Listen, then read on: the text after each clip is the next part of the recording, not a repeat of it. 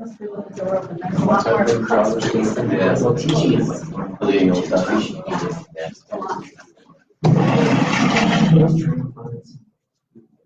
Yeah. Yeah. Yeah.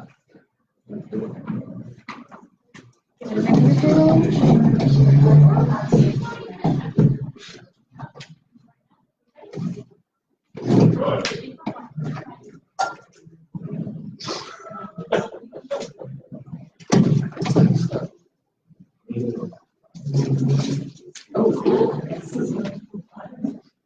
What was that? I guess it's that.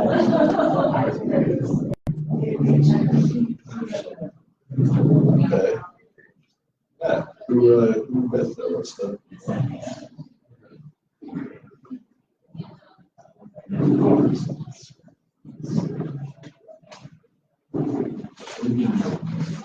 A lot of people there.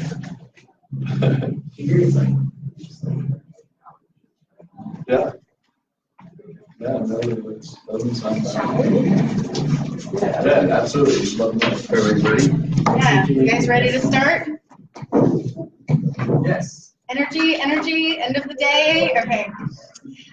I like swag at workshops, not just useless swag, but I think you all really like a free Yes magazine about dirt, so I'm going to pass those around. If you don't want one, of course, just pass, and we'll table with them later. Also made a flyer about sheet mulching. Yeah, if you're curious about what materials to use and also where to find said materials Yeah, for we'll talk more about zero or no cost around town in various places. So I'm Tamara. I work with Cooperation Humboldt, and I'm the chair of the food team for Cooperation Humboldt. So this is very much part of what we're trying to do, and we can talk a little bit more about that at the end and how you can get involved with that if you want to. This is Nick. Yeah, Nick, I'm a professor here. I teach in the geography department, in the environment and community math graduate program, and the geospatial program. Yeah. So have you guys had some familiarity with the concept of converting unused front lawns to gardens, or yeah, yes, no, medium? Okay, cool. So that's what we're going to talk about. So I thought we could start out, we'll run through this really quickly because it's a little bit dry, and then we'll get into some more beautiful pictures of gardens and techniques and stuff. But just to kind of set the stage, we have some facts here. It's estimated that there's 25 to 40 million acres of turf in the United States. That includes home lawns, golf courses, and athletic fields. These are outdated old numbers because I think was reading a book that was kind of old, but I would imagine it's probably stayed the same, with lawns gobbling up 382,000 acres of land every year. And that Americans spend an estimated $40 billion a year. I saw $30 billion in another book on lawn care, that being more than the entire GDP of Vietnam. So some of the impacts of this lawn obsession are that 7 million birds die each year due to lawn care pesticides. This one really was shocking to me. Americans spilling 17 million gallons of gasoline every summer refueling their lawn care machines. And that's 1.5 times the amount spilled by the Exxon Valdez oil spill. I will admit I was using a weed whacker the other day for a very small job, and my husband was getting the gas out and filling it up, and it was slashing over the side, and I was like, no!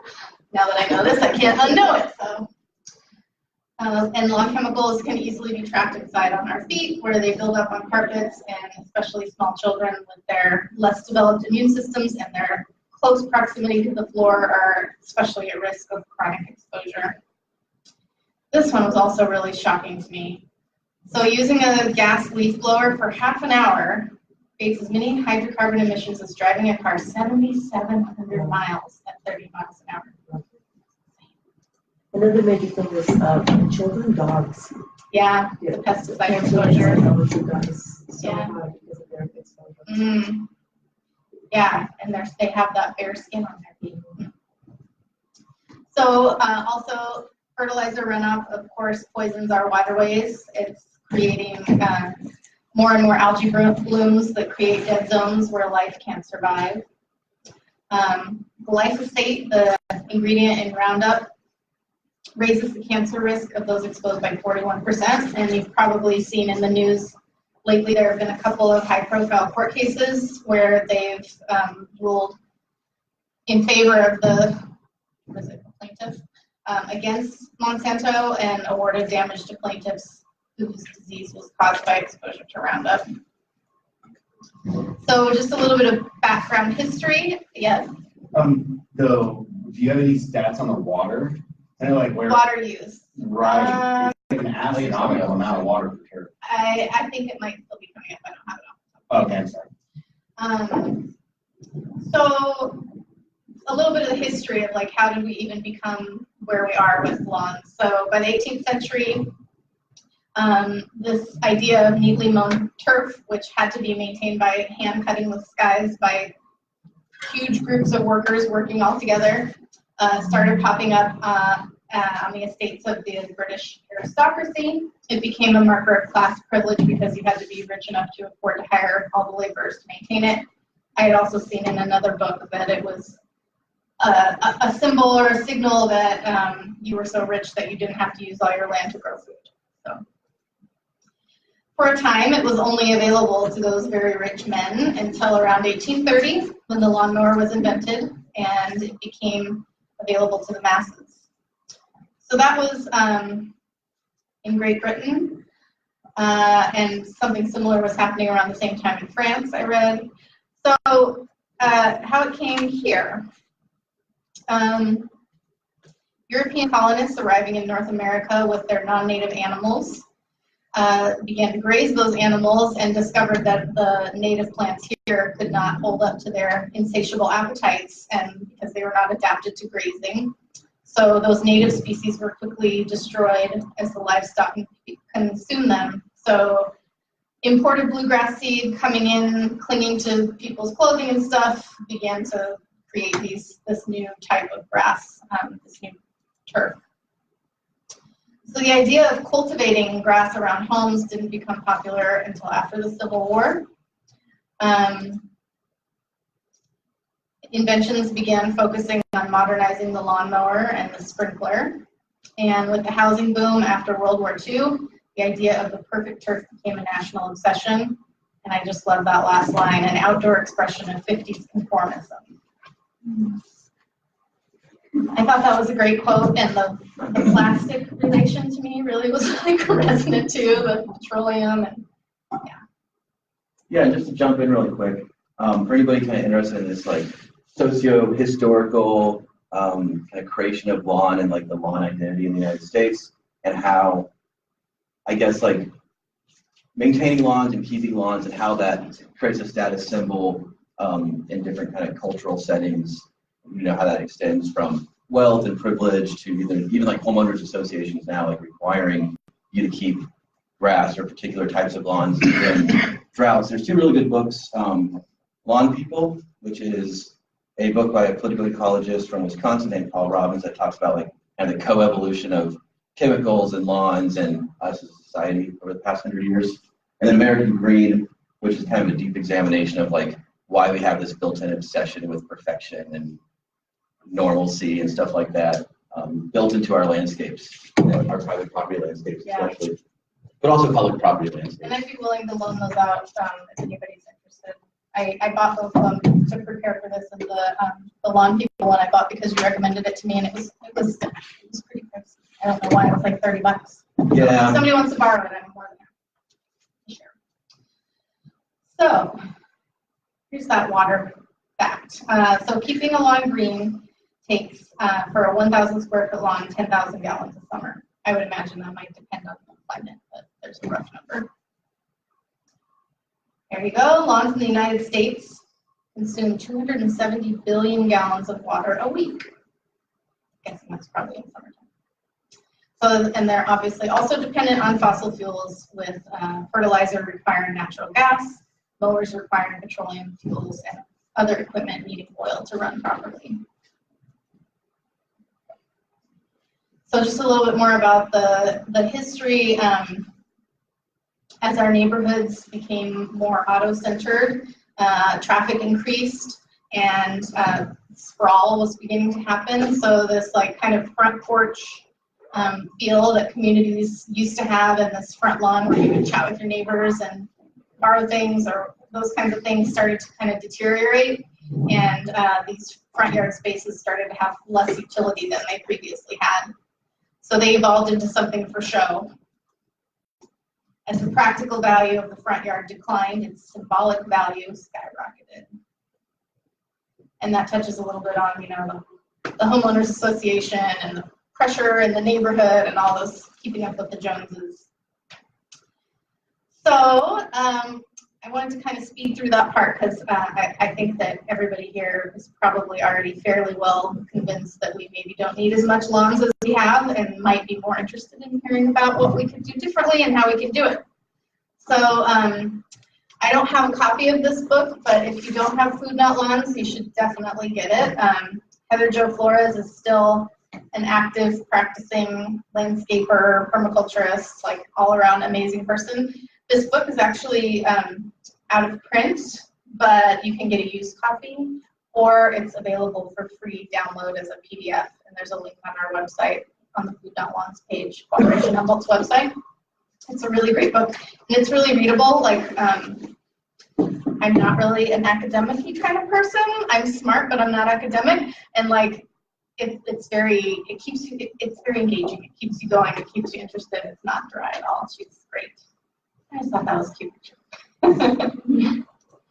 Okay, so obviously, if you are fortunate enough to have a front yard yourself, we encourage you to start converting it to a front lawn, and Cooperation Humboldt can help with that. We have a lot of resources on our website, and we're actually embarking this spring on a project where we're physically going to be coming and helping people do the conversions from start to finish for 6 different yards in Eureka and Arcata. So we do need volunteers for that too. And there are, like I said, a lot of free resources on our website. Yes. Let me know at the end. Give me your info. So obviously not everybody has their own front yard, or there may be other barriers to not being able to do that if you rent, etc. So there's a lot you can do in containers. There's a lot of creative solutions, like working out an arrangement with a neighbor nearby who does have some space that they will let you use. We have quite a few community gardens around here. And of course, volunteering with Cooperation Humboldt to help convert lawns. Longer term, one of the things Cooperation Humboldt is really excited about trying to do is incubating worker-owned cooperatives. And we would be very interested in working with a small group of people who was interested in doing this, you know, as a business possibly, as a worker-owned, you know, landscaping, you know, not just installing, but maintaining, or, you know, with a focus on some of these process, you know, some of these ideas. So that's just something I would like to keep throwing out there and hope that somewhere I'm going to find those people who come to us and be like, yeah, I want to do that.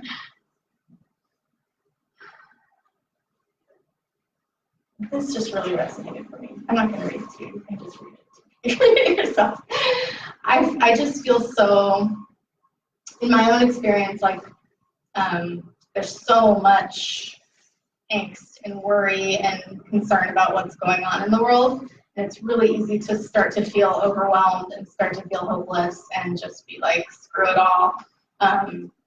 For me, the thing that keeps me able to like keep doing the work is being out in the garden every day and like touching the dirt and seeing the plants grow. And it is really a very fulfilling thing to do. So when you're ready to convert a space, there are a variety of ways you can go about it. Is there anything I'm blasting through too fast? Oh, I don't think so. Yeah, I can chime in. We have lots of cool examples at the end from Nick's place too. So this is a few methods. It's not the only way you can do things, and they're also not mutually exclusive. So you might use like a combination of these. I know at my place I've kind of done combinations just depending on what I'm doing. But we have desodding, double digging, sheet mulching, and raised beds. So I was just going to touch on each of those briefly. So desodding just means removing the grass on the top layer of the soil, including the grass roots. It can be done with a shovel, or you can rent a machine. Advantages is that it can get rid of the grass quickly. Downsides, it can be labor intensive. The machine method costs some money. And either method disturbs the beneficial elements in the soil, the worms and stuff. And, you know, depending on your soil, you may kind of do a little like sheet mulching amendment on top of it, you know, after you've done that. Those of you, I know a couple of you guys have done permaculture courses too, so feel free to interject as we go if you want to raise your hands. So double digging is a technique that can help with drainage and aeration. So it loosens the layers of the soil fairly deep, and you add in organic matter. So it also gets rid of the grass quickly, and it can be helpful for compacted soils. It is pretty labor intensive. It is manually done, and it also disturbs those critters and beneficial elements in the soil. This is just a quick little 2.5-minute video I thought we could watch to kind of show what double digging looks like. Oops, didn't play. What am I doing wrong now? Going forward. Hit the backwards key. Play. Oh, there we go.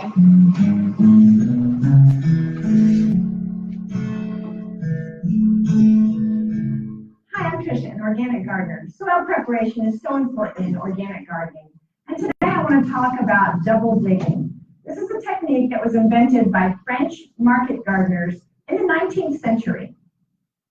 The double digging technique involves loosening the soil to about double the depth of the head of a garden spade.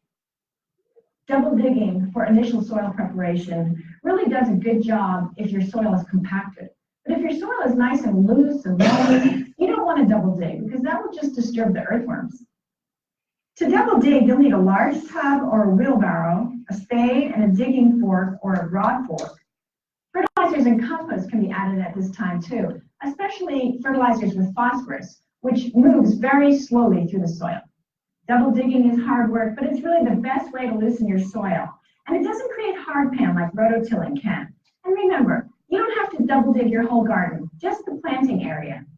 Before you double dig, make sure your soil is dry enough. To check soil moisture, dig down 6 inches. Grab a handful of soil and squeeze it together. If the lump you make can be crumbled easily, the soil is dry enough to double dig. If you double dig while your soil is wet, you're going to do more harm than good. So just wait until it dries out. Mark out your bed with stakes and strings. That way you won't do more work than you need to. We're going to dig a trench. It's going to be the width of the bed, and it's going to be no smaller than the width of the broad fork. It's going to be 12 inches deep. Then we're going to put the dirt into the bucket. Okay, now for the easy part. We're going to grab the broad fork and we're going to loosen up the soil underneath the soil we just dug out. Oh, the soil is so nice and loose. Now's the time to add the fertilizer and now a little bit of compost. I'm going to dig the second trench. The topsoil that I dig up from the second trench is going to replace the topsoil from the first trench. Continue this pattern until you get to the last trench. When you finish trenching, just add all the soil from the first trench into the last trench. So now just water your beds a little bit to let the dirt settle, and you're ready for your French intensive garden and to grow organic for life.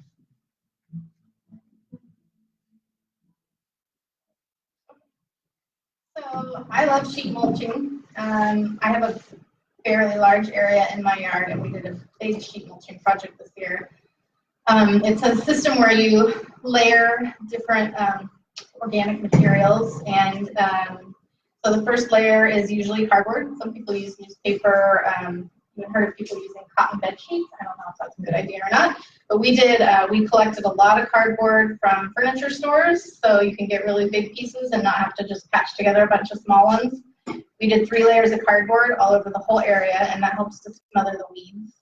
And then we did like a foot of wood chips, which settles pretty quickly to more like 6 inches, and then a thin layer of horse manure, and then a nice layer of straw over the top.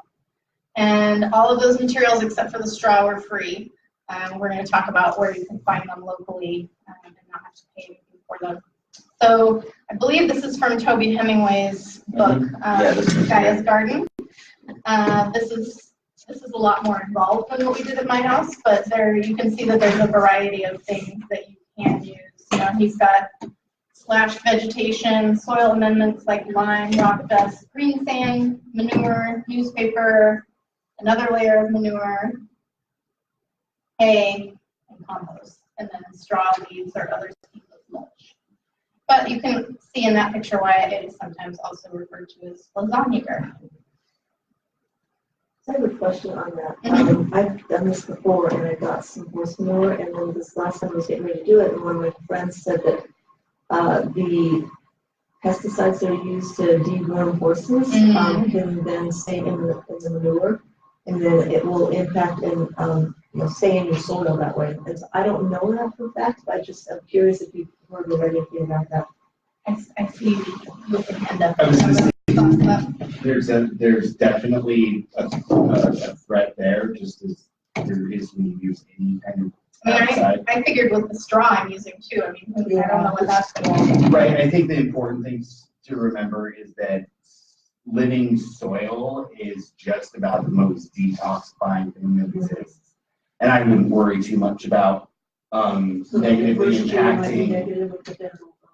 Oh, no, the ecosystem will establish, it'll be healthy. And yeah, you might, the initial disturbance, you're not counting your earthworms, and it not, I don't think that it would be something I would never be concerned about it. And it's a matter of a season, and all that stuff is broken down by soil bacteria and stuff. You're right. Yeah, I think that's a good point. yeah. Yeah, And this like kind of speaks to that in a way too, because I did say here that it works especially well to sheet mulch like in the fall and then let it sit all winter, which is what we were able to do, and then we planted now. I've also been, I did a little sheet mulching in the front yard too. The bigger one was in the back. But we also planted directly in there. If you did have those concerns about those pesticides, you might not want to plant into it right away, but I did in my front yard. I just kind of pulled it apart and put the plant in with a little bit of soil around it, and they took right off too. So I read both. I've read some people have said that it's better to really let it break down first, and other people say just go for it and start planting. They might be a little slower to establish, but they might all survive. So. That's a picture of us doing our second lawn conversion. I don't know if any of you know RG. She was doing the food today. She's on our board, but that's her front yard. And that says she already had these blueberries in, so that's putting wood chips on top. And that's us after we were done, feeling all powerful and strong. This is my front yard.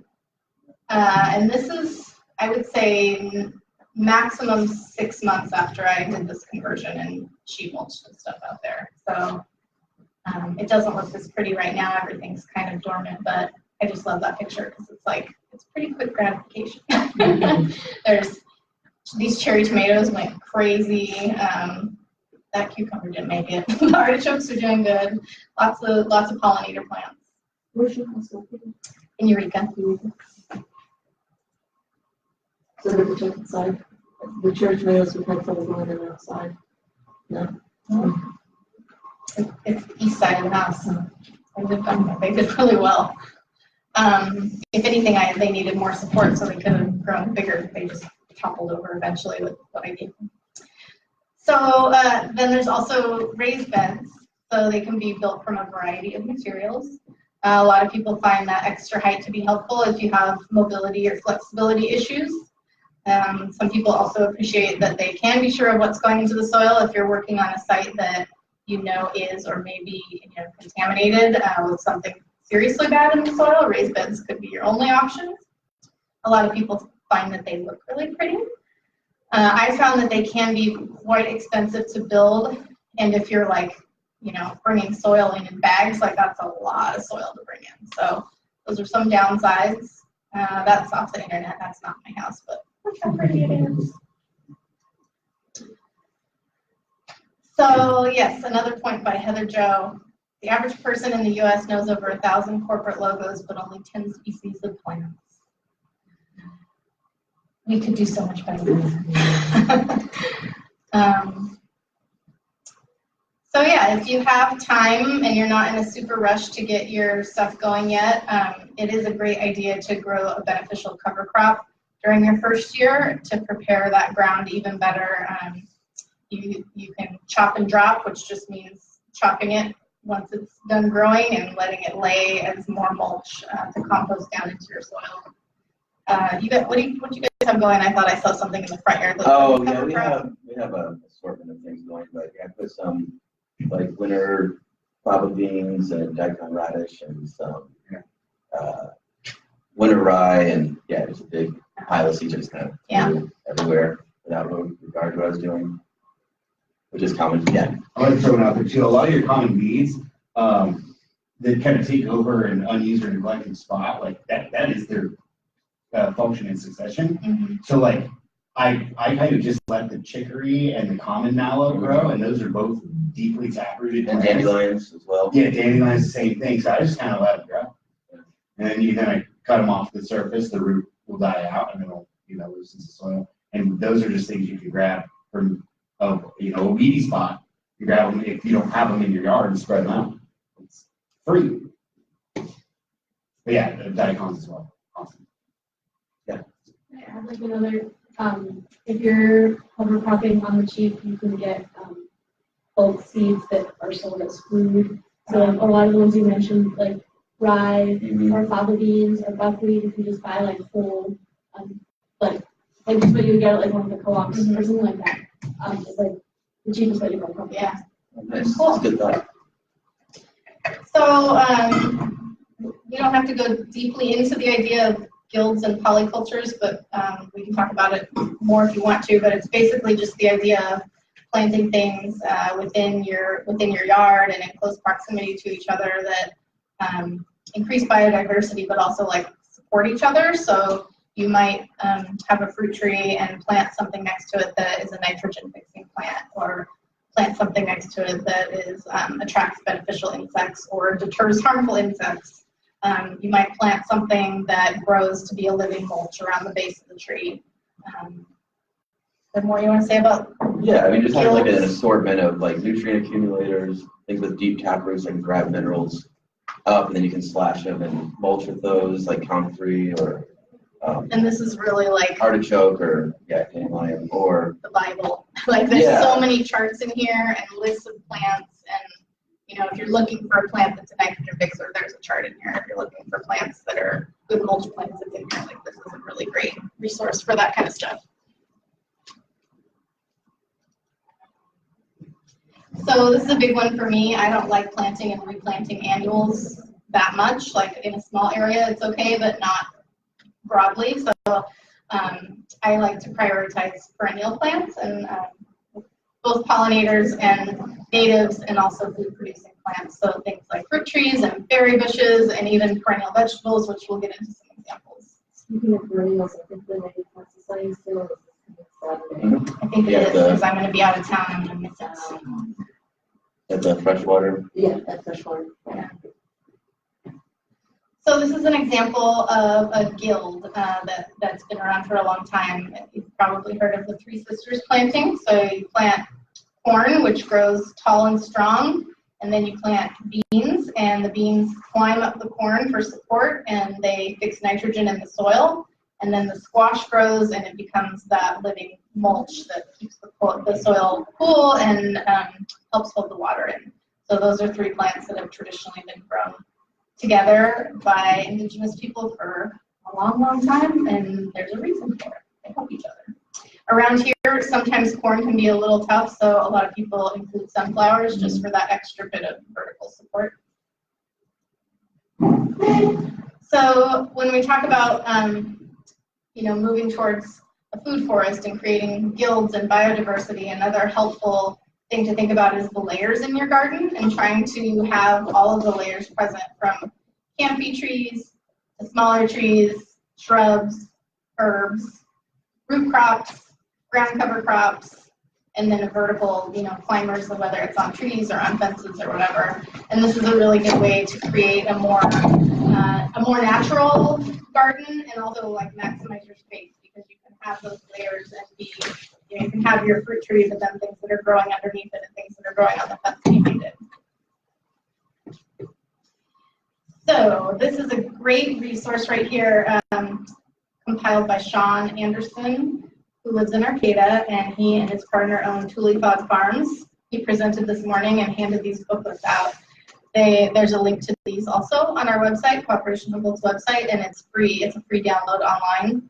So it's a whole booklet that goes through all the fruits that he knows of that have been grown really successfully in this specific climate, like Arcata, Eureka area. So it's very specific to where we live, and it tells you the actual varieties that he's seen growing here and he knows to do well here. So some examples are kiwi, passion flower, plum, apple, pear, lemon, and fig. With the caveat that it may only be certain varieties that do well here, but it's just a quick sampling of perennial fruit trees and vines and shrubs that can do well here, and I would encourage you to check out that.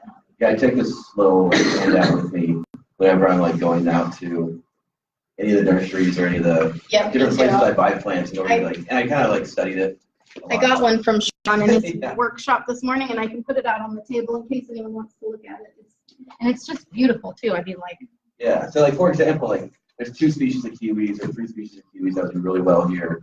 Then like 20 that won't really do much of anything. Or there's like 2 species of figs that will do awesome here. But there's like, hundreds of other species that you could get, and they might grow, they might leaf, and they could even flower and produce fruit. The fruit would not fully ripen on the tree, and then. So yeah, this is like probably my number one resource for like local Arcata in the bottoms kind of temperate climate that I use almost constantly. So some perennial berries that you can grow, which are also covered in that same booklet. Blueberries, grapes, only certain varieties. Strawberries do great. Elderberry, which can get pretty big, but you can also trim them back to keep them smaller. Gooseberry, which I haven't tried yet. Have you tried gooseberries? They died. I mean, I've tried planting them. They haven't yeah. fruited yet. I mean, I haven't ever tasted Goomy, which is also a nitrogen fixer, and Sean was saying this. He was just singing the praises of Goomy this morning. He was saying it's a shrub. It's not a tree. It's kind of compact, and he said it's the earliest fruiting thing in his food forest. Little sweet tart red berries that he says his kids love, so he just thinks everybody should be planting a ton of that. Goomy is related to autumn olive too, so it's a nitrogen fixing shrub as far as desire to build up. I haven't tried autumn olive yet either. I can't wait till all the stuff I've planted is making fruit. I just did my garden like in the last year, so everything's very young. Raspberry, blackberry, of course, anybody who lives here has seen a ton of blackberries. Currants, although I guess they can be susceptible to some kind of worm that makes them not great here. I learned just this morning. So a lot of people don't know that there are some vegetables that you can grow that are perennial too. We think of like a traditional vegetable bed with our carrots and our whole beans and that kind of thing, but there are things that you can put in the ground that will just keep producing forever and ever. Well, maybe not forever, but for a long time. One of them is artichoke. Another one that I just love is I've heard it called tree kale and tree collards. That's what the picture is there on the side. But I got my first one, actually from Sean. It was only about that big from a cutting of his. And within 8 months, it was like as tall as me and like this big around. And it's just like a giant purple collard plant that you can just cut from every day and never run out. And what's really fun about it is like I needed to move it after 6 or 8 months. And I had a thick stem that was like this tall. I just chopped it into like 4 sections and took like all of it off and just stuck that chunk of like 1 inch plus stem in the ground, and a brand new plant took off immediately. Like they're so easy to propagate. Like permaculture kind of people, like you're like, oh, do you want a tree collard? And like, no, I have plenty. But it's fun for people who like are just getting into it because you can make a lot of them really fast and easy. And they're pretty too, I think. And if you have chickens, I've been told that they make really good forage for chickens. You can give them a lot of that stuff. Also asparagus. I haven't tried that yet. I understand it takes like 3 years to get it established, but that it does grow really well here. And rhubarb. You have other perennial vegetables. You were talking about sunchokes. Yeah, sunchokes, sea kale, a bunch of different Peruvian tubers work really well here, like yacon and oca. Use them on artichoke. Yeah, sunchokes, through some artichokes. But they take over too, so you. Yeah, you gotta have to be wary of them a little bit.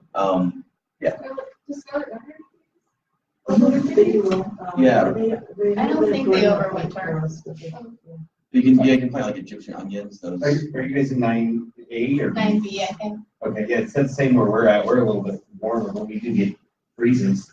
And my scarlet runner beans overwintered for 2 or 3 until we got down to like 25. It might depend on the variety. Yeah. When I don't know, there's I've looked in the seed catalogs, now that I think about it, I feel like I might have seen like maybe one that said, hey, this will actually perennialize in these zones, but it depends on your zone and the variety probably. And to be clear, the top always dies off. Right. But the crown underground, yeah, it survived. I had them come back 3 years in a row until we had a pretty hard freeze. Yeah. And put all your common variety of kale and collards will overwinter too. And fennel does pretty good from season to season. Well, the regular, isn't regular kale and collards like a biennial? Mine survived the winter for sure. They were still going as of like a month ago, but then they start to flower out, don't they? They do, and then you chop them off Yeah. and just leave out again. Yeah. But you can definitely grow like through the winter. You Yeah. can definitely do all the collards and the kale, just the annual types, well, all through the winter here. And eat greens.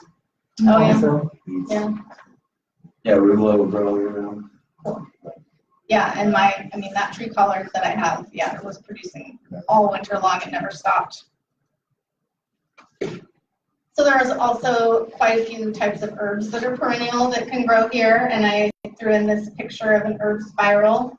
This is something that's featured in most of the permaculture books probably that we brought, but these are just nice. They look pretty, and you can have it right outside your front door, so when you need fresh herbs, it's just right there and it's close. And the spiral shape kind of creates mini microclimates so that you can put your most sun-loving things on the south side, and they create a little bit more shade for what maybe mint or something maybe does better with a little shade. Anyways, I haven't got that into growing herbs yet because I'm a lazy cook and I don't use them.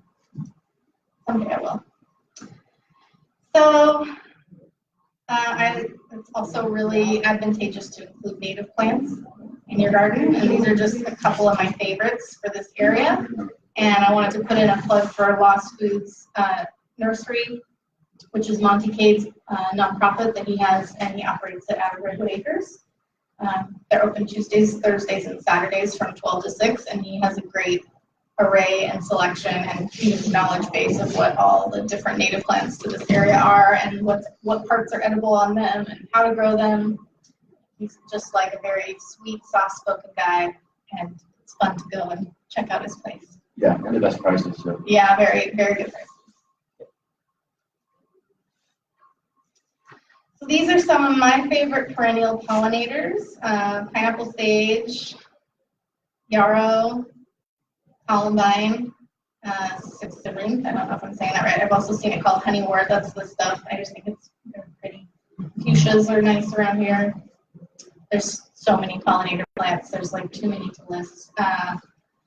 And then, of course, there's all kinds of annual vegetables you can grow here. These are some that have been especially, easy in this area. All kinds of greens, bush beans, climbing beans, and peas. You can grow squash pretty well here, beets. What are other people's favorites who grow vegetables in this area? Annuals. Celery, Carrots. Carrots. Very fruity. Cool. Those are just a few of my favorite annual pollinators. Many of those can self-seed too, so even though they are annuals, you might just get volunteers the next year and not have to replant. The milkweed is, of course, a really important plant for butterfly populations. I just love borage. It's a little bit rough and prickly, but the bees love it so much. I always have some of that. Cosmos, sunflowers are always just so easy. Calendula also great. Yeah, calendula is another good one. And that one's so easy to collect seed from. Like if you're a total newbie like me to seed saving, it's just like the very easiest thing. And the Yarrow seeds. I have like a giant bowl of those. So these are just a couple of pictures from my yard. This is a cold frame where I'm starting plants. That's some of that purple tree collards over there. This is kind of with the infrastructure in and just the very first bit of planting this season. Over here, I've got kind of a beginnings of a food forest going in with a whole bunch of fruit trees and berry bushes and supporting plants underneath. And then I have kind of out in this space, in the part you can't see, there's a lot of perennial plants planted around the border, and then this is kind of like my annuals area.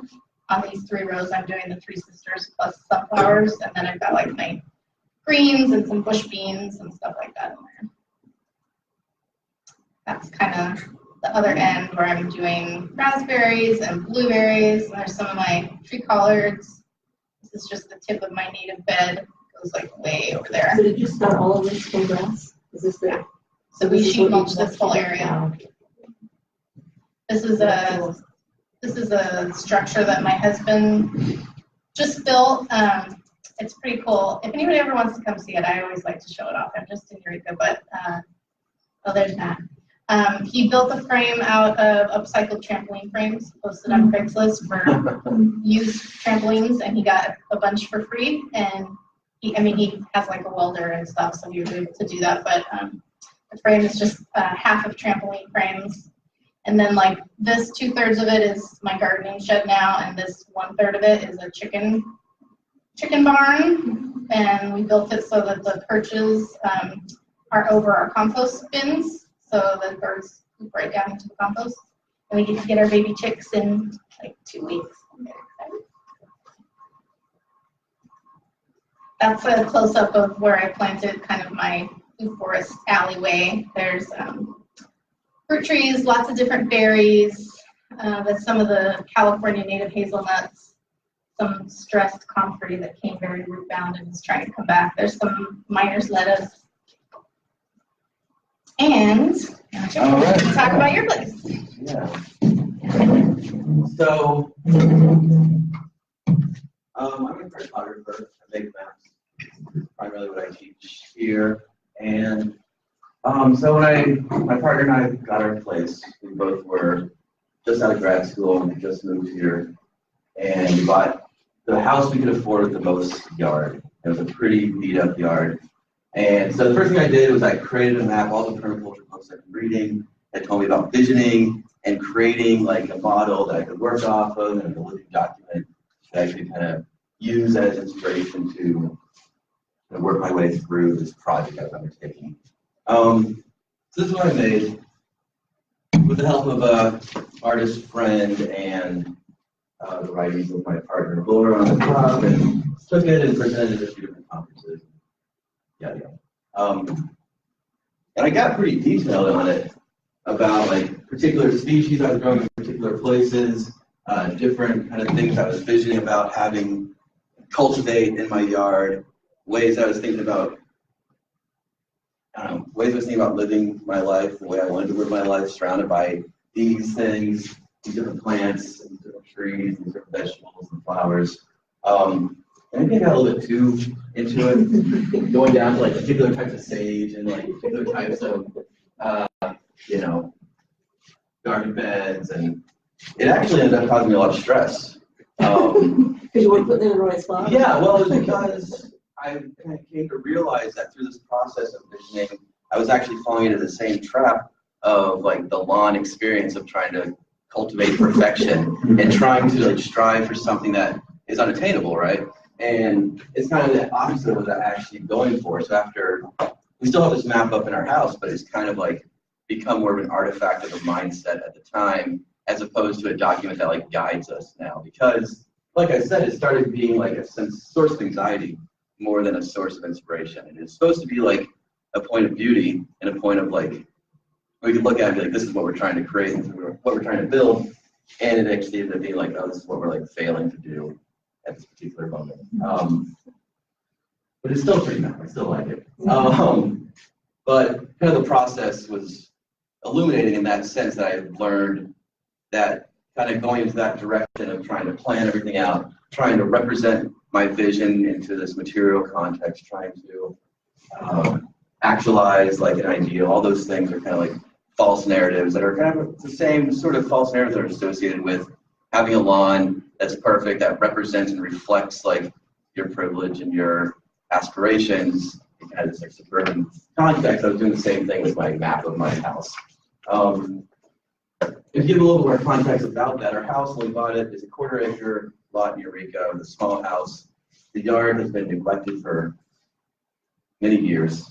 And I'll show you some pictures of the neglect and what we're trying to do with it. And I work full-time, my partner works full-time, both here, and our only like work vehicle is a Honda Fit. So we spend a lot of time filling up like buckets in the Honda Fit and like the mulch bin and taking them. So it's a pretty slow process. Cooperation Humboldt has I know, a truck, you were part of Cooperation Humboldt, you Thank have God. access to them. Yeah, the first 2 years though has been me and my Honda like trying to mulch pile, shoveling into the buckets. And just to be clear, we don't have deep pockets. It's like a really old, giant. Yeah. Like, yeah. But yeah, the whole process, it was actually, I kind of like the process of like doing it very slowly and doing it in this very stepwise fashion, because it allows me to kind of like get close and get to know what I'm trying to do and kind of try to reframe, you know, this ideal, this like large scale ideal that's almost overwhelming and anxiety creating. And you see so many permaculture homesteads I go on tours of, and they're beautiful. I'm like, oh, like my yard looks like trash. I don't know how this happens. There's not getting from the process of like, I'm going to start sheet mulching my front yard, to the process of like, this is a fully functioning food forest, causes me a lot of anxiety. Because it's like, that's like Marlon's house, who's a local head of the permaculture guild. You go up there and I'm like blown away, and then I go back to my house and it's like my sad plants. Yeah. So it kind of made me kind of rethink what I was trying to do with my house and my life and my property, and to really think about regenerative design and what I'm trying to cultivate in my surrounding like micro geographic areas. Is really to facilitate this kind of spatial and temporal relationship with components that maximize their rate of transformation.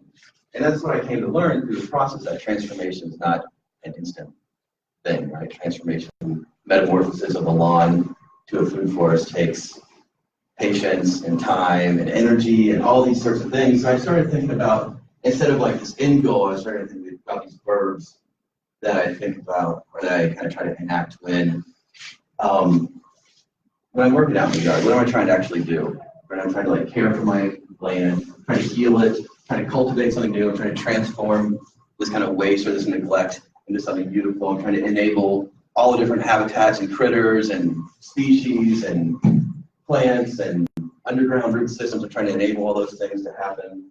I'm trying to repurpose like this neglected suburban or Eureka, I don't know if that's suburban or not, lawn into something different, right? And doing that, you know, there's a lot of stuff in permaculture about resilience design, I would think about this as creating non-hierarchical ecosystems that are adaptive to a variety of forces. Like some of the verbs that I use when I'm thinking about how to create resiliency in my own life, my own landscape, is observing, reflecting, rearranging, mimicking, communicating, and cohabitating. So like welcoming in all these things that maybe we try to push out, like weeds, certain times that do have good functions, trying to arrange things in more long-term, sustainable, or resilient ways. So that's kind of that's the process, the anxiety, and like the outcome of that, I suppose. So with the design, the fear, the anxiety, the acknowledgement of what I'm trying to do. So here's a couple examples. Like I said, this is all done with a Honda, and over a long period of time. And you can see kind of the shape of like our side yard, where it was. And so what we did, our first project was digging this hole in the ground and filling it with wood, and then covering that up with a bunch of different types of compost and soil. This is kind of a hugelkultur type of design. Anybody familiar with that term? What's that? What was that? Hugelkultur? Yeah. It's essentially just like burying a bunch of wood underground and as wood slowly decomposes, it becomes like a sponge and holds water, and then allows the plants that you plant on top of this in your compost and your soil to have kind of this bank of water and nutrients from the slowly decomposing wood they can use. So I found all this old wood in the back of my property underneath a tarp, and dug a hole in the ground, filled it up, had some help from the dogs, filled it with straw, compost. There's the first step of completion. I was happy. Left. Then we got cardboard. We did not have furniture cardboard because these were just like, yeah, Amazon. Kind of ashamed of that Amazon box actually. We got a lot of boxes, liquor store boxes. So working on like kind of a scale of time that allows me to work kind of systematically a little bit every day, you know, without these like overwhelming projects that are almost too much to handle when you're also trying to work full time and stuff like that, or don't have a truck and people don't help you. And this is what it looks like today. So we did this when, like a year ago, and so this is what it looks like today. This is what it looked like last summer when we first started getting plants into the culture. This is what it looks like today. I have different berries going in it. There's an apple tree that I grafted in the middle, some different things. The grass is starting to peek back through, which I just kind of decided to let happen to a certain extent. And I'll just kind of let it re-mulch it again. I have some goobies over here, a big tree back here, an unpruned apple tree in the back that then here's another part of our yard that we bought. Our other side yard, which gets a lot of shade. It was just this big pile of like gravel and dirt, like hard packed dirt. And so I just kind of sheet mulched that and created these different types of beds. Go through there and a path and some rainwater catchment. Built a little mini herb spiral and some garden beds. You can see like all the kind of trash that I'm pulling out that's piled up on the back side there. As I'm like digging, I'm finding old tires and weird tarps and yeah, all sorts of junk that I didn't expect to find. I keep finding plastic mesh, like Yeah, sod and, at like, one old, point, like- sod at one point. I found like an old radiator. Yeah, pretty rough. Are those rocks? Those rocks, there was this like pond thing that was just filled with sludge in the back. I just hauled those over. So like kind of using the resources that were at my house, even though those resources were largely in kind of neglectful states or in like gross conditions, and taking those and trying to like move them into places where they could be of more service towards like multiple species living there. Now, this is what this looks like now. This side's starting to come along. There's like some elderberries and some climate plums and some rhubarb and some fuchsias that are like this tall now that I've learned to accept. Not this tall, and then the herb spiral and the flower garden. So it's starting to like kind of come together. Yeah, took that this morning. Yeah, so this process for me, for this sheet, if anybody doesn't have one, you know, it's really about what can I do with like card trips, individual card trips, how can I stack like functions about I'm coming back from work, how can I stop, take my shovel and my buckets with me in my Honda and grab like 10 buckets or 5 buckets of manure at the Redwood Acres on the way home, or at the, you know, the place where Caltrans dumps their trees. So it's just kind of like a constant iterative process. So instead of like kind of thinking about, I'm going to do this project now, it's going to be complete tomorrow or complete later today. Like I'm going to start sheet mulching my front yard, and then in the next 3 months, maybe I'll get it done. And so if you come over to my house now, if you swing by my house now, it's like the house that has grass this tall and then like cardboard and some weird looking little plants next to it. I have the pictures. So this is kind of the scale that I work on a daily basis. You know, just like 100 foot load or 200 foot load. And that's seaweed. That's seaweed. I use a lot of seaweed as like a kind of nitrogen-rich green source. Are there It adds some any, sand to my like very clay soil as well. are there any like ethical or environmental concerns about collecting just seaweed at the beach? I don't think so. just like just like dog food and it clear out, but it's all right.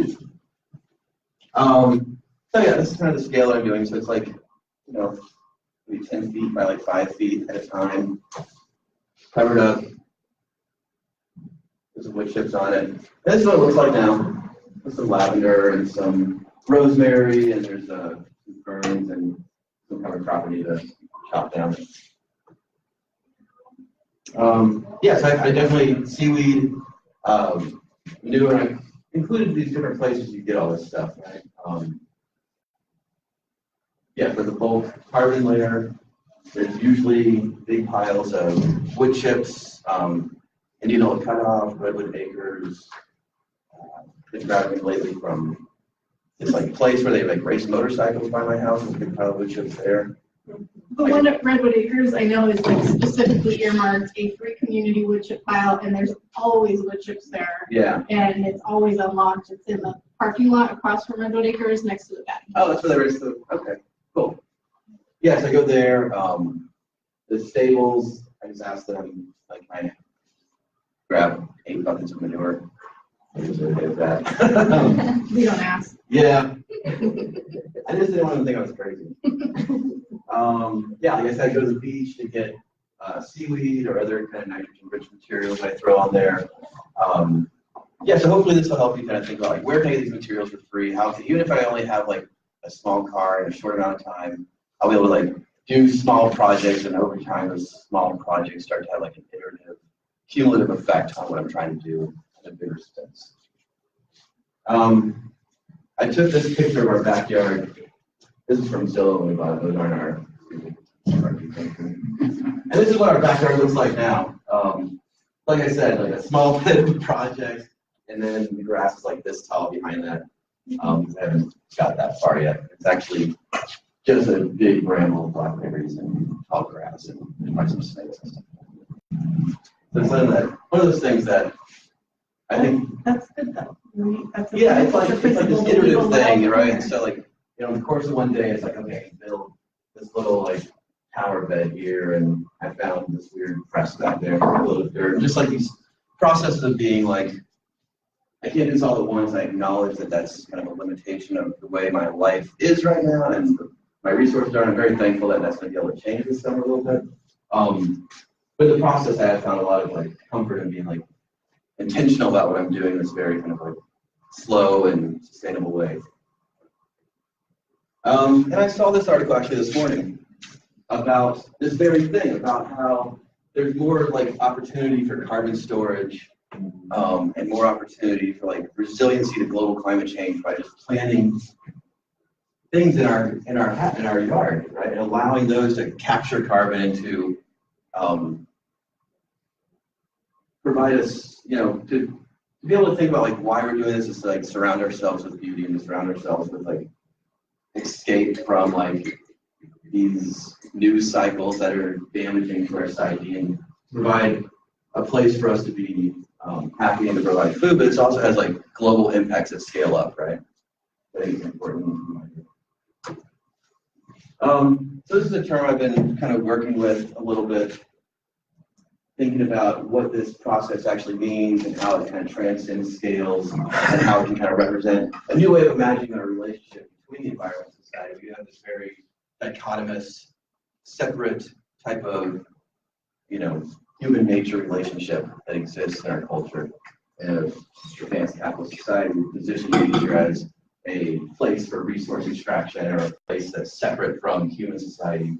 And so what I'm trying to think about is ways of imagining, creating, sustaining new habitats or new productive environments or new types of biodiversity that are places that are used and inhabited by both us and multiple species, multiple types of species. The term I'm trying to play with is reconciliation ecology. Capture that. Like, what is our role in actually like not just extracting something, like building something back in and being a part of nature or part of this ecosystem in a way that's not hierarchical, that's not damaging, it's not extractive, right? That's co-productive. And then a couple of things I wanted to talk about is how can you practice some of these things without property? I think property is obviously a privilege. obviously a construction of the capitalist society, and there's like ways to enable these practices as owning property, and in fact, maybe they're better without property, I'm not sure. As I'm a first-time property owner, and don't know how I feel about it still, to be honest. Not very good on in some ways. And so when I was, throughout my time since I got interested in this, which was when I was in college in early 2000s, until just a couple years ago when we bought our house, in order to enable some of these things, this is some of the activities that I did to try to hone my skills or to try to understand how some of these different things work, or to try to garden or to try to create beauty in the world before I owned like a space where I was technically allowed to do that.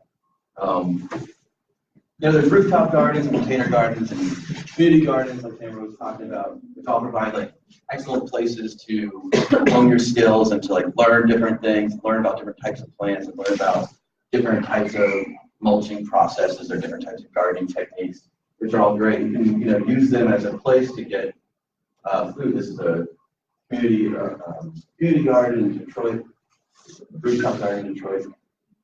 There's also these like strips. Yeah, these not really property strips. You may be familiar with Ron Finley. Yeah, Ron Finley is like made kind of a mission in South Central LA to like rip these out and plant them with gardens instead, right?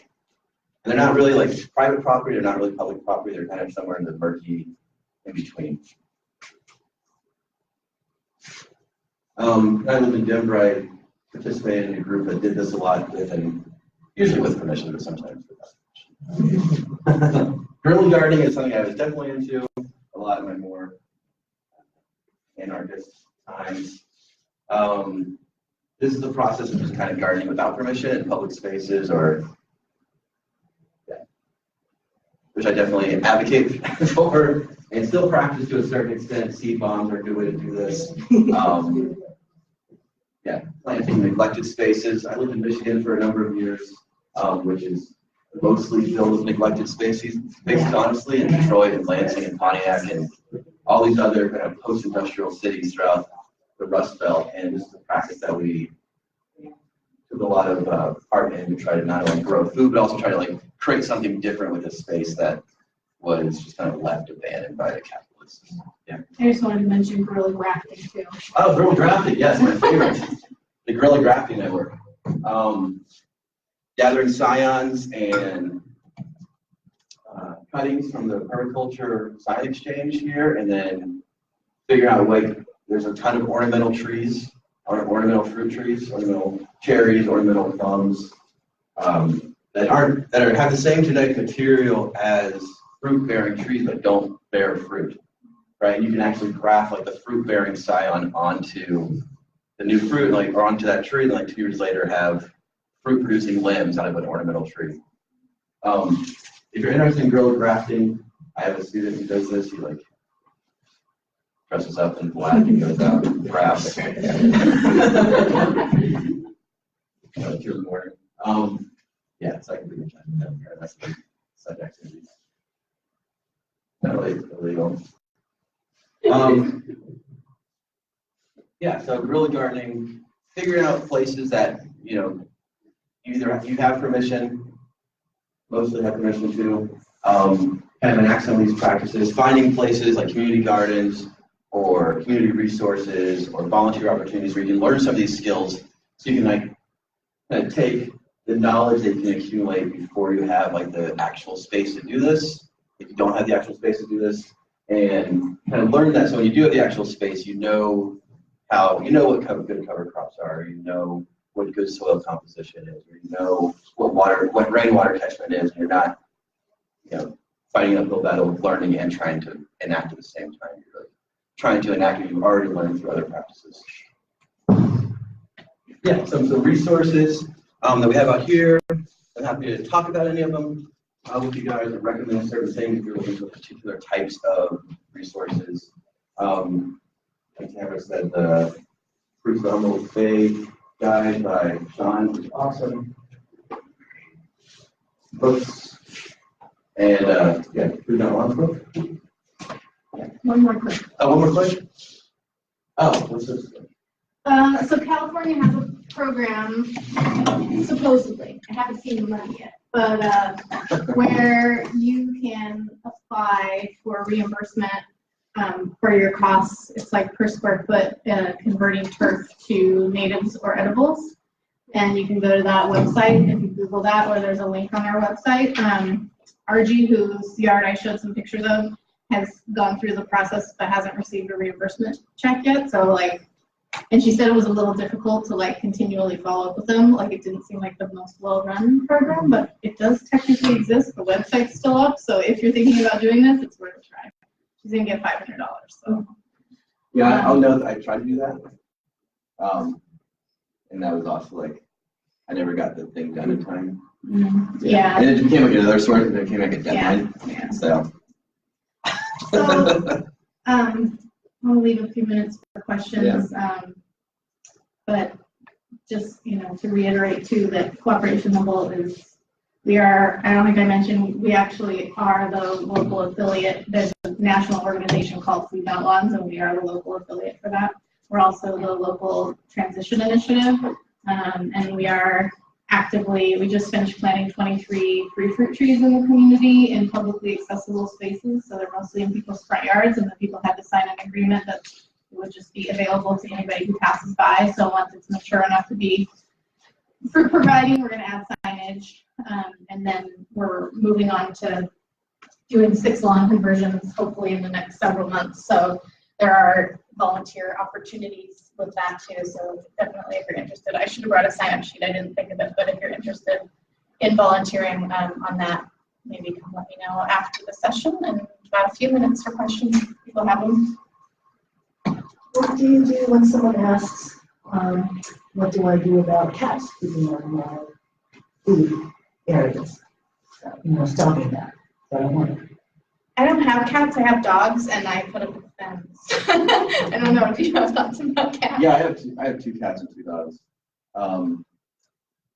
Neighborhood cats. Oh, and neighborhood, no, yeah, we have a lot of neighborhood I cats do have too. neighborhood cats pass through. I just roll with it. Yeah.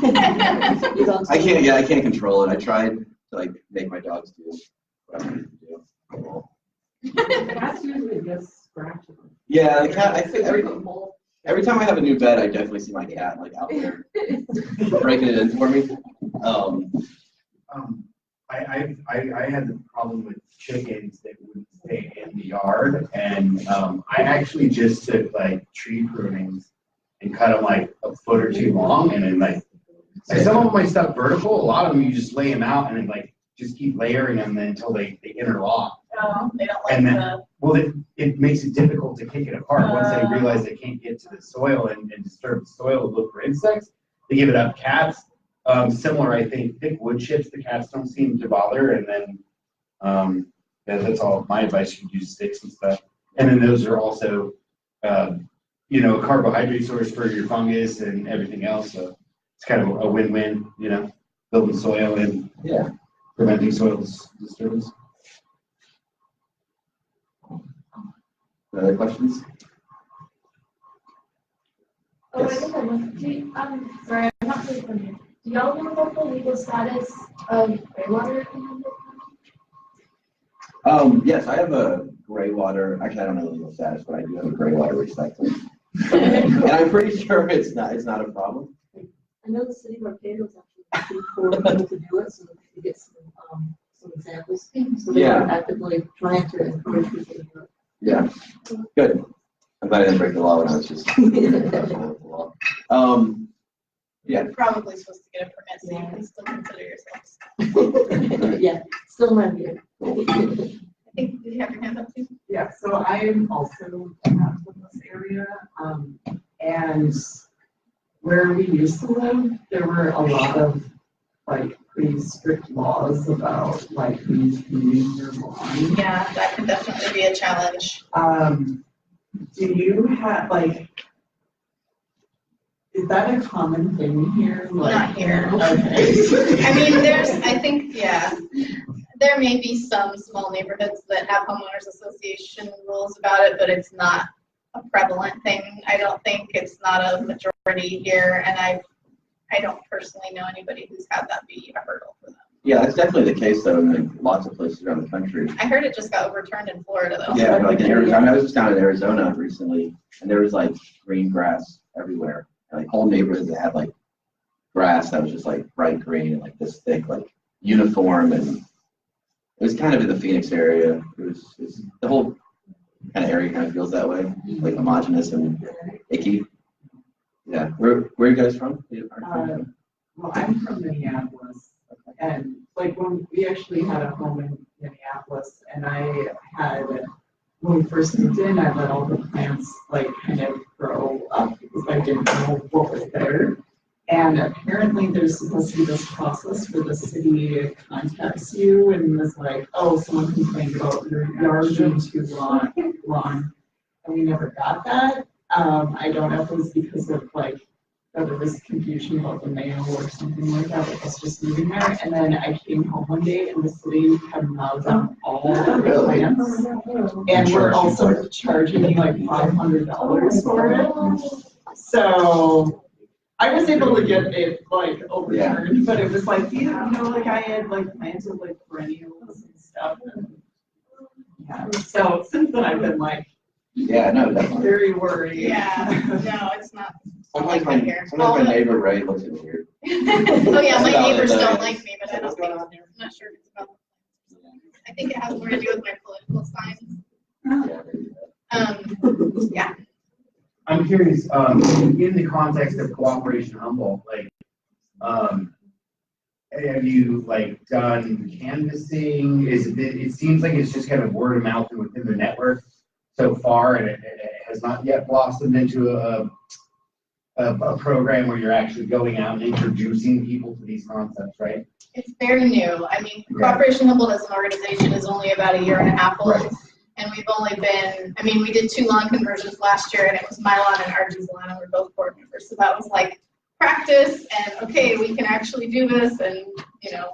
Well, in your working group discussions, like, I mean, what are you thinking are like the major barriers? It's not going to be homeowners associations. I mean, you would think there's a consciousness around. I mean, I was worried at first that it was going to be hard to even find people who wanted to do it, and that hasn't been the case, so that was a relief. Great. One thing that I have been grappling with is the idea that the people who are most able to engage with this or benefit from the offer and the program are people who already have secure housing. Mostly homeowners will do it at rentals, but it has to have landlord permission, but it's going to be somebody who is like stably housed, and I don't feel great about that.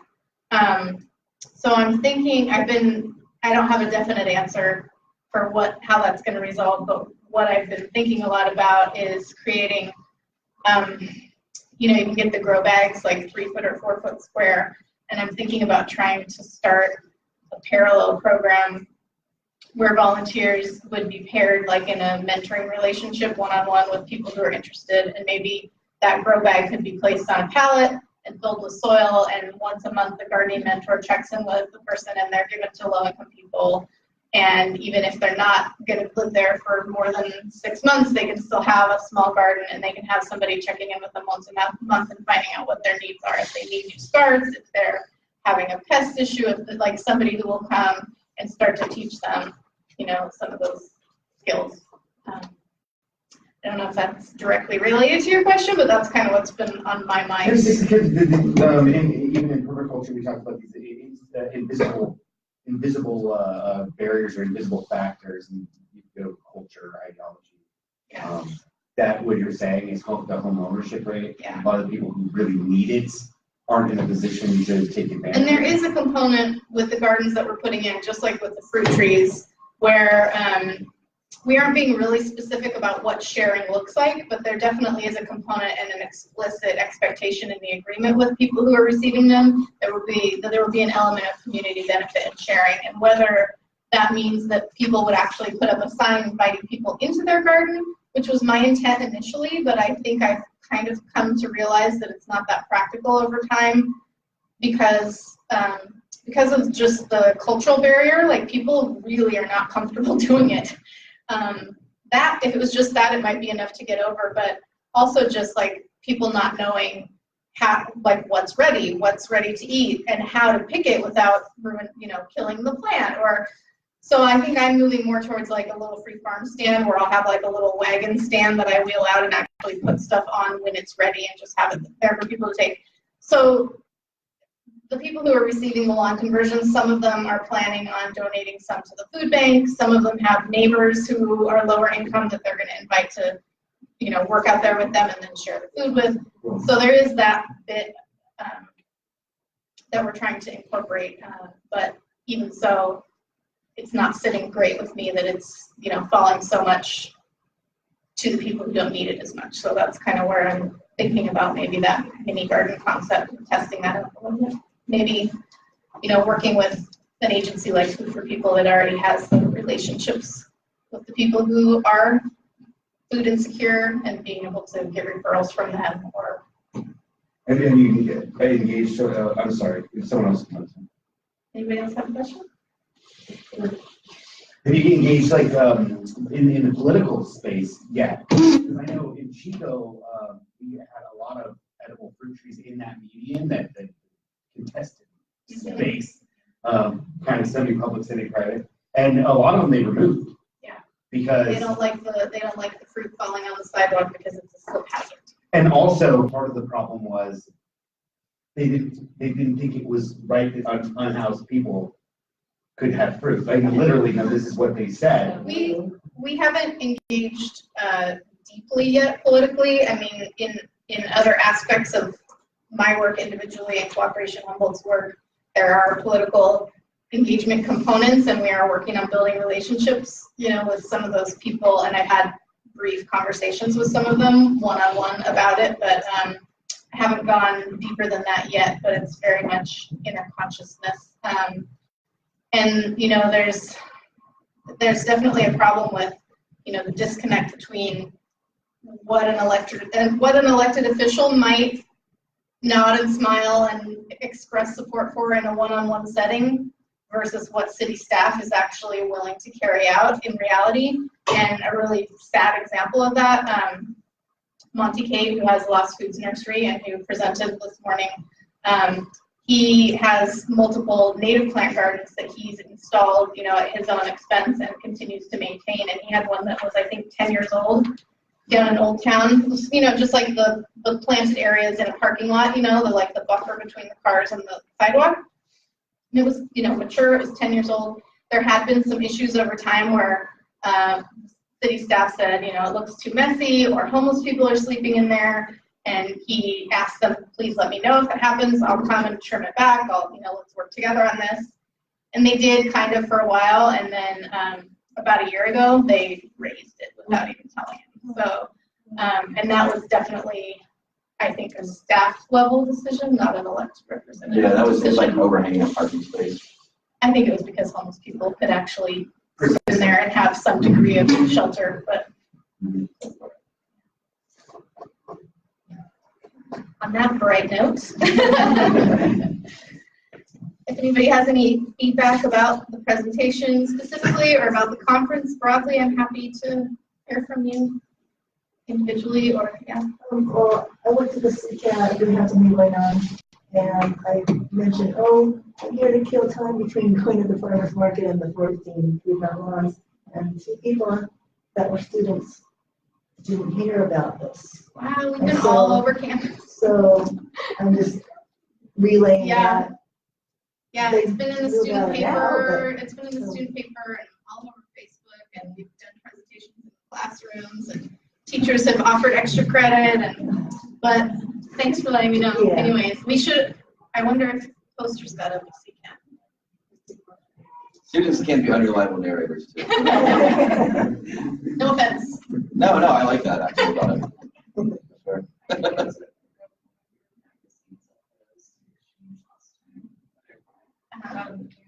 I did read the solidarity economy movement, and then I got to read Evolution of the Green Alliance. Right about the Green Alliance. They're based on the cost. Okay. I was just wondering if you knew of any other worker cooperatives that are working towards figuring like a food conversion lawn. I think you mentioned it earlier. We would be very interested in nurturing that here, and we could provide some support for trying to help get it off the ground if there were a few dedicated people who wanted to commence that process. I've seen mention of ones in other areas, but off the top of my head, I don't remember what they were. I think it would be pretty easy to find on the internet. But I also don't remember the names of the association. Yeah, I remember hearing about one in Oakland, and Kali Akuno, in his presentation about Cooperation Jackson, they have something called the Green Team, and I think it's a landscaping. I mean, I think it's even just, lawn care even, but I think they do. I think there's an element of like installing stuff. I think we should all go home. Thank you very much.